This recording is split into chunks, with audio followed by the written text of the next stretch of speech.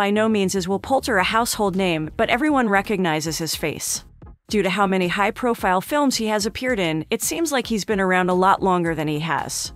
His appearance as Eustace Scrubb in The Chronicles of Narnia: The Voyage of the Dawn Treader was his second film role. Since then, he's been making a name for himself. Here are 10 things you probably didn't know about Will Poulter.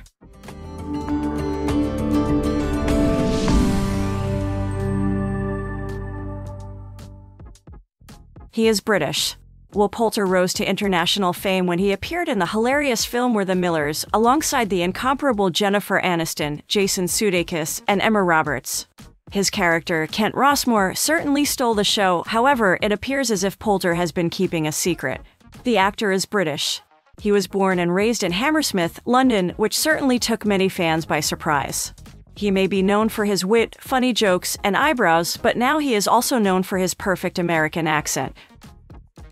He was inspired by his drama teacher. Even though Poulter is a very talented actor, he was hesitant to get into the world of acting.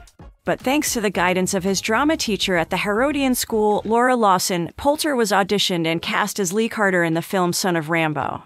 Getting his first role made him even more convinced that the world of acting and the big screen was his way of life. He then landed the part of Eustace Scrubb in the fantasy-adventure film The Chronicles of Narnia: The Voyage of the Dawn Treader. After starring in his one and only Chronicles of Narnia film, Poulter continued his successful acting career with roles in films and TV shows like Wild Bill, We're the Millers, The Revenant, Maze Runner, The Death Cure, and Midsommar. He also starred as Colin in Black Mirror: Bandersnatch. He was originally cast in Amazon's Lord of the Rings TV series. Poulter was originally cast in one of the series' leading roles. However, he later needed to exit production due to scheduling conflicts. Instead, Robert Aramayo, who played a younger version of Eddard Ned Stark in Game of Thrones, would eventually come to replace him.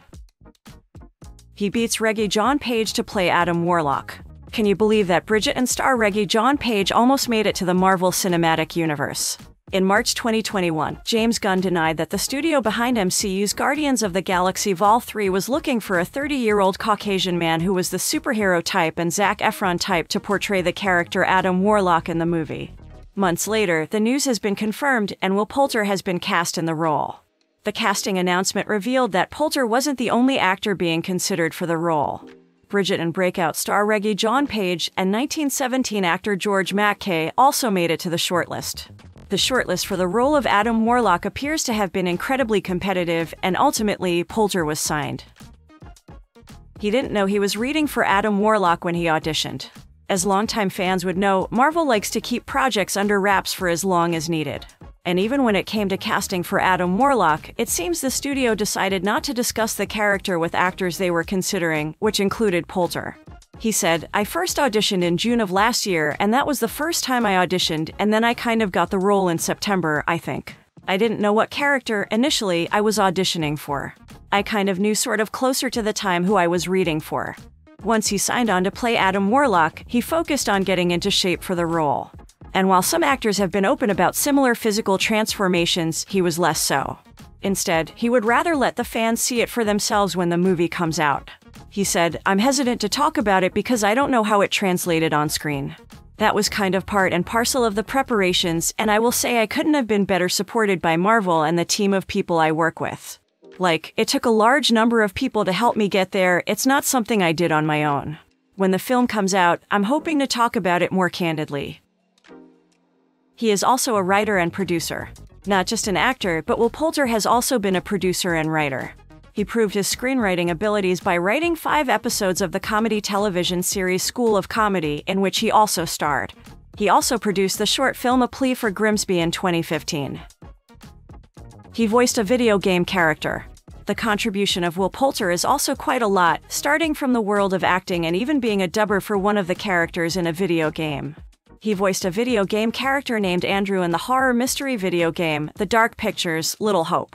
He also has a facial resemblance to the character Sid from Toy Story 1, which made him cosplay the character. He owns a production company. Not only is he an actor, writer, and producer, but Poulter also has his own production company.